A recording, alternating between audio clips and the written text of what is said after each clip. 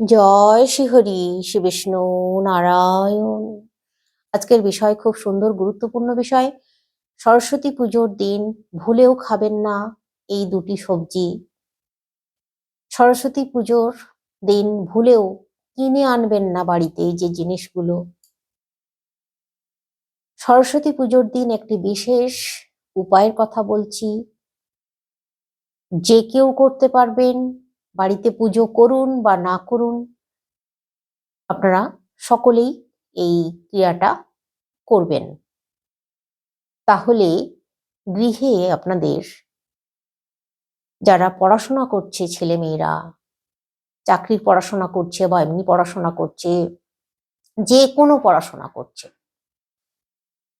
Astrology পড়ছে, আইন পড়ছে, বাদ্যযন্ত্র বাজাচ্ছে, সঙ্গীত চর্চা করছে, যে কোনো মা সরস্বতীর সঙ্গে সম্পর্কযুক্ত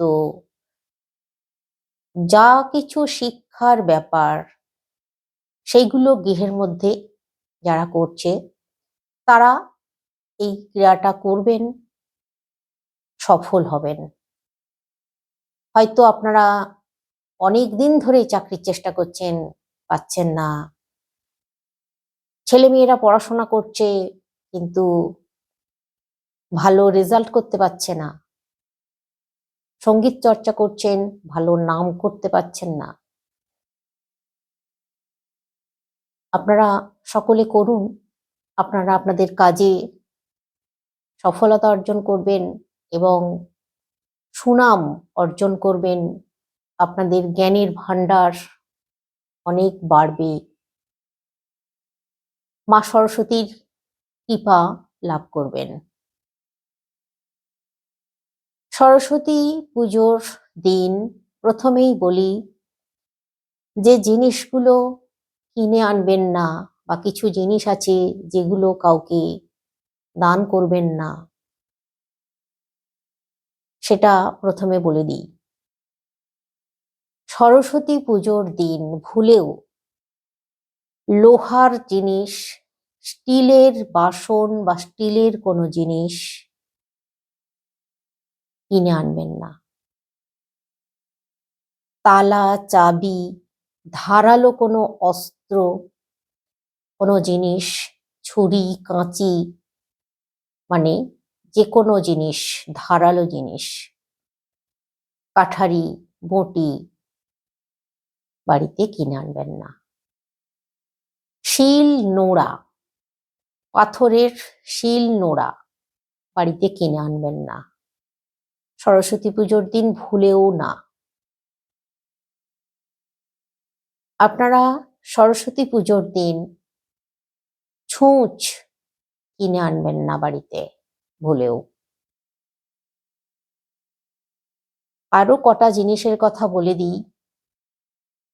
নেশার কোনো জিনিস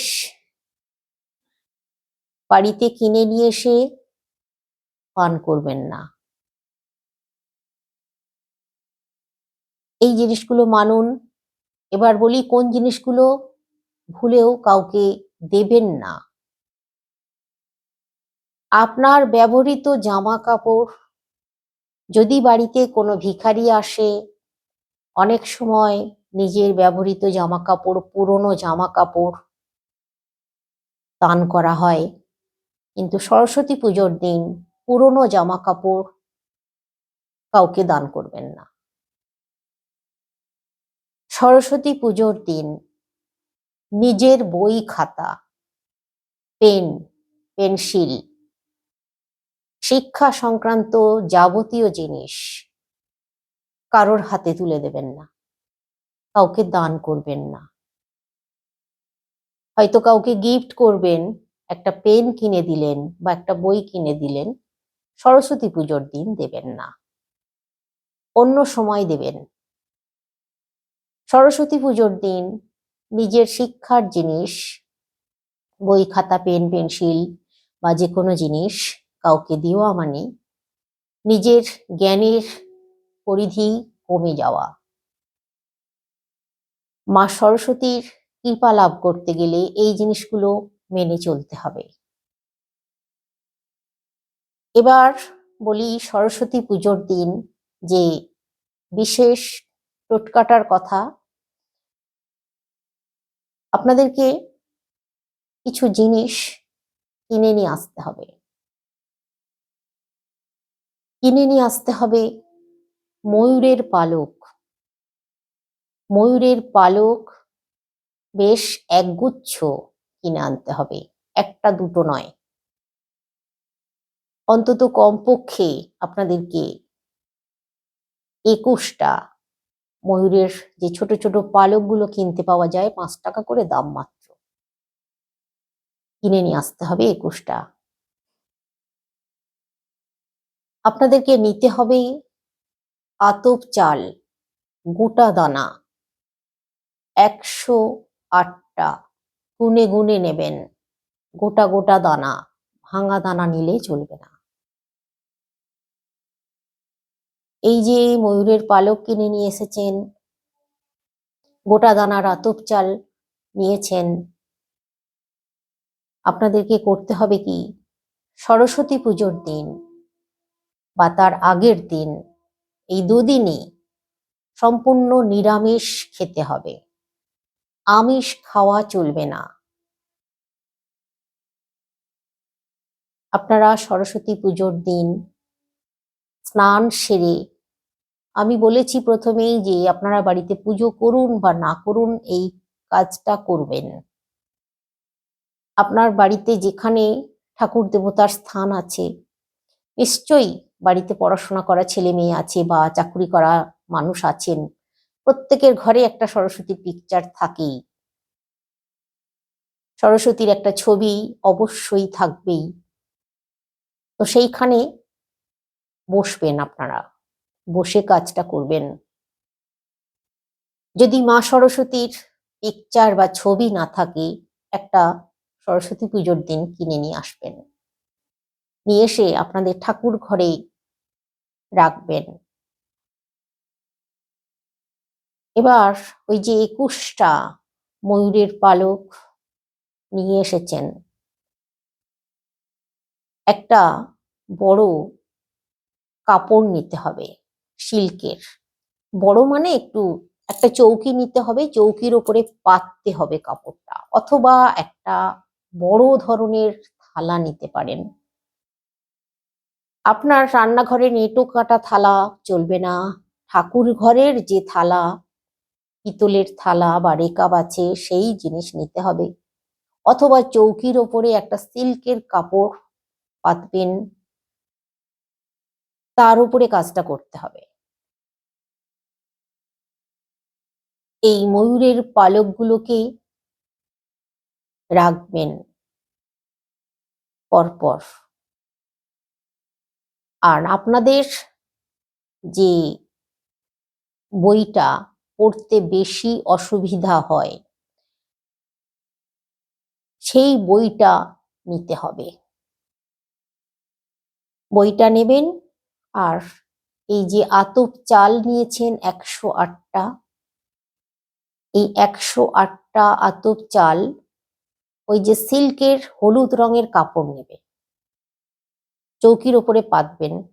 তারপর ওই 21টা ময়ূরের পালক রেখে দেবেন।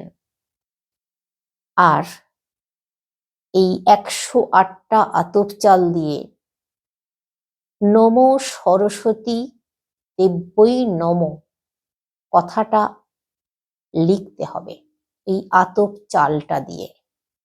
এই কষ্টটা করতে হবে। পরপর একটা একটা করে আতপ চাল ওই সিল্কের কাপড়ের ওপরে রেখে আপনাকে এইভাবে একটা একটা করে বসিয়ে নমো, এইভাবে একটা একটা করে আতপ চাল এই আঙুল দিয়ে, এই তর্জনী আঙুল দিয়ে একটা একটা করে আতপ চালকে লাগিয়ে লাগিয়ে আপনাদেরকে নমো সরস্বতী দেব্যই নমঃ লিখতে হবে। অথবা নমো সরস্বতী নমঃ দেব্যই যদি না লিখতে পারেন, তাহলে নমো সরস্বতী নমঃ এই কথাটা লিখুন। এই কথাটা লিখুন ওই 108টা চাল দিয়ে। একবারই লিখুন 108টা চাল, পুরোটাই যেন ওই লেখার মধ্যে থাকে, সেইভাবে লিখবেন। আর ওই ময়ূরের পালকগুলো রেখেছেন 21টা, তারপর মা সরস্বতীর নাম লিখছেন। এরপর বইটাও ওই চৌকির উপরে রাখুন, অথবা বইটা যদি চৌকির উপরে রাখা সম্ভব না হয় আপনার পাশে রাখুন, কোনো মানে কিছু পেতে তার উপরে রাখুন, বইটা সরাসরি মেঝেতে বসিয়ে রাখবেন না। এবার মা সরস্বতীকে স্মরণ করতে হবে বসে। আপনাদেরকে মা সরস্বতী দেবীকে স্মরণ করতে হবে। আপনারা মা সরস্বতী মন্ত্র জপ করতে পারেন। ওই মা সরস্বতী দিব্যই নমঃ এই কথাটাও আপনারা যদি সম্ভব হয় 108 বার জপ করার করবেন, না হলে অন্তত কমপক্ষে 21 বার জপ করবেন। নিষ্ঠার সঙ্গে, ভক্তির সঙ্গে, বিশ্বাসের সঙ্গে এই কাজ করুন। আর সম্পূর্ণ মা সরস্বতী দেবীর উপরে বিশ্বাস রাখুন, উনি আপনাকে জ্ঞানের ভান্ডার দিয়ে দেবেন। আপনার দেখবেন এই বছরের মধ্যেই আপনার সফলতা আসবে, কিন্তু বিশ্বাস নিয়ে করুন কাজটা। এবার হয়ে গেল, যদি সম্ভব হয় মা সরস্বতী ঠাকুরের পুজো করার, বা বাড়িতে গৃহে যে দেবতারা আছেন তাদের তো পুজো করবেন আপনারা। একটা গাঁদা ফুলের মালা, 28টা গাঁদা ফুল নেবেন, সেই 28টা গাঁদা ফুলের মালা মা সরস্বতীর পিকচারে পরিয়ে দেবেন। দিতে পারেন, এটা বাধ্যতামূলক নয়, এটা বললাম আপনাদের ইচ্ছার উপরে। এবার ওই যে ময়ূরের পালকগুলো, ওই ময়ূরের পালকগুলো আপনার ওই বইটার মধ্যে মাঝখানে কিছুটা করে পাতা উল্টে উল্টে একটা একটা করে ময়ূরের পালক ওই বইটার মধ্যে 21টা পালক রেখে দিতে হবে। 21টা পালক ওই বইটার মধ্যে রাখুন। আর এই আতপ চাল দিয়ে যে লিখেছেন, লেখাটা ওইভাবে থাকবে, ময়ূরের পালকগুলো বইয়ের মধ্যে ঢুকিয়ে দিন। এবার বইটাকে ওই চৌকির ওপরে রেখে দিন, রেখে দেবেন বইটা চৌকির ওপরে। পঞ্চমী তিথি কেটে যাবার পর আপনারা ওই বইটা ওখান থেকে নেবেন। আর মা সরস্বতী দেবীর নাম লিখেছিলেন আতপ চাল দিয়ে, ওই আতপ চাল তুলে জলে দিয়ে দিতে হবে, প্রবাহিত জলে দিয়ে দিতে হবে, অন্য কোথাও দেওয়া যাবে না। তারপর আপনারা বইটা নেবেন, তার আগে কিন্তু নেওয়া যাবে না। যতক্ষণ পঞ্চমী তিথি থাকবে ততক্ষণ ওই বই ওখানে থাকবে, মানে যা যা করেছেন ক্রিয়া ওইভাবেই থাকবে, তারপর ওখান থেকে নিতে পারবেন। তো এই কাজটা খুব সুন্দর উপায়। আমি আপনাদের জন্য তথ্য জোগাড় করি, অনেক মানে পড়াশোনা করতে হয়, ঘাটাঘাটি করতে হয় বই জোগাড় করার জন্য। তো এটা আমি পেয়েছি, আপনাদেরকে তাই জানিয়ে দিলাম। আপনারা যদি করতে পারেন, আশা করছি আপনারা সফলতা অর্জন করতে পারবেন। এবার বলি কোন সবজি খাওয়া যাবে না। যে সবজিটা খাওয়া যাবে না সেই সবজি হচ্ছে করলা বা উচ্ছে বা নিম তেতো। এই তেতো জাতীয় জিনিস একেবারেই খাবেন না সবজি। আর মেথি, এই দিন মেথি খাবেন না ভুলেও, তাহলে কিন্তু মূর্খমি এসে যাবে, আপনার জ্ঞানের ভান্ডার শূন্য হয়ে যাবে। আর একটা সবজির কথা বলি। এই সবজিটা তো মাঘ মাসে খেতে নেই, অনেকেই জানেন আবার অনেকেই জানেন না। কিন্তু ভুলেও, যদিও বা অনেকে মাঘ মাসে খেয়ে থাকেন, কিন্তু সরস্বতী পুজোর দিন এই সবজি ভুলেও মুখে তুলবেন না। এটাও হচ্ছে মূলো। আর ধনে পাতা, ধনে গাছ, যে ধনে পাতা খাওয়া হয় শীতকালে, খুবই খাওয়া হয়। সরস্বতী পুজোর দিন কিন্তু ভুলেও এই জিনিস খাবেন না, তাহলে উচ্ছে, করলা, নিম তেতো, ধনে বা ধনে পাতা, মূলো একেবারেই খাওয়া চলবে না। আর মেথি এদিন একেবারেই বর্জন করতে হবে, খাওয়া যাবে না।